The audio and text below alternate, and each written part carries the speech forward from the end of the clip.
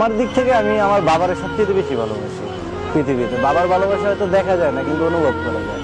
কারণ একটা ছেলে যখন বড় হয়, হইতে হইতে যখন বাবার পর্যায়ে যাওয়ার ইয়ে থাকে, বাবা হওয়াটা তো সহজ না। বাবা অনেক কাজ, কারণ ওনাদের স্যাক্রিফাইস আমাদের জন্য, পরিবারের জন্য, এটা দেখা যায় না কখনো।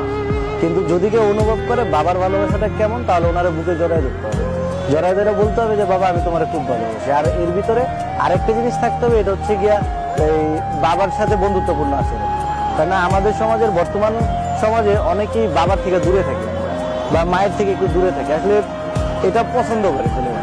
এটা বিভিন্ন কারণ হইতে পারে, কিন্তু আমি ছোট থেকে আমার পরিবারে আমার বাবা মার সাথে খুবই বন্ধুত্বপূর্ণ। কারণ আমার আশেপাশের মানুষগুলো এগুলো দেয়। আর এটা থেকে আমি যতটুকু শিখছি, ভালোবাসা কারো প্রতি আসলে কম না, কিন্তু বাবার প্রতি একটু বেশি আছে। কারণ বাবা অনেক হার্ডওয়ার্ক করে বা অনেক কিছু বুঝাইতে চেষ্টা করে, যেটা আমরা বুঝি না। তো ওই ক্ষেত্রে আমি মনে করি যে আমার বাবা যেরকমই হোক, যাই করুক, পেশাগতভাবে যাই করুক, কিন্তু আমি আমার বাবারে পছন্দ করি। এটা সত্যি। পৃথিবীতে যদি আল্লাহর পরে দ্বিতীয় কোনো ভালোবাসা থাকে, আমার ওয়াইফের চেয়ে আমি আমার বাবার, এটাই সত্যি।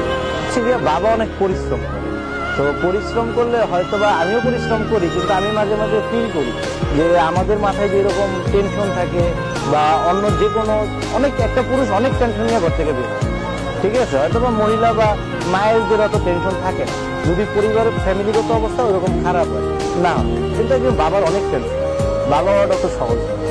এই জন্য বাবারে এটাই বলতে চাই, বাবা আমি তোমার খুব ভালো, মানে এটা সবসময় বলি। আমি এমনকি দেখা যায় যে ঈদে বা যে কোনো ইয়ে আমি যাই ইনকাম করি, যত যাই করি, আমার পরিবারের প্রতি সবচেয়ে বেশি আছে অ্যাক্টিভ থাকার চেষ্টা করি। এইটা মূলত বাবার প্রতি বেশি।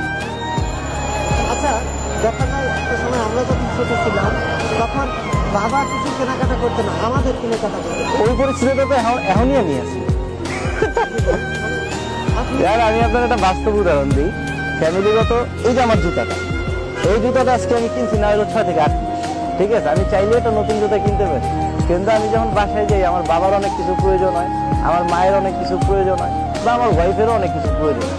তো ওনাদের প্রয়োজনগুলো মিটাইতে মিটাইতে আমি নিজের দিকে খেয়াল করতে পারি না, বা মন চাইলেও পারি না, বা এটা আমি কিনতে চাইলেও পারি না, যেটা আমার বাবা আগে করে বা এখনো কর।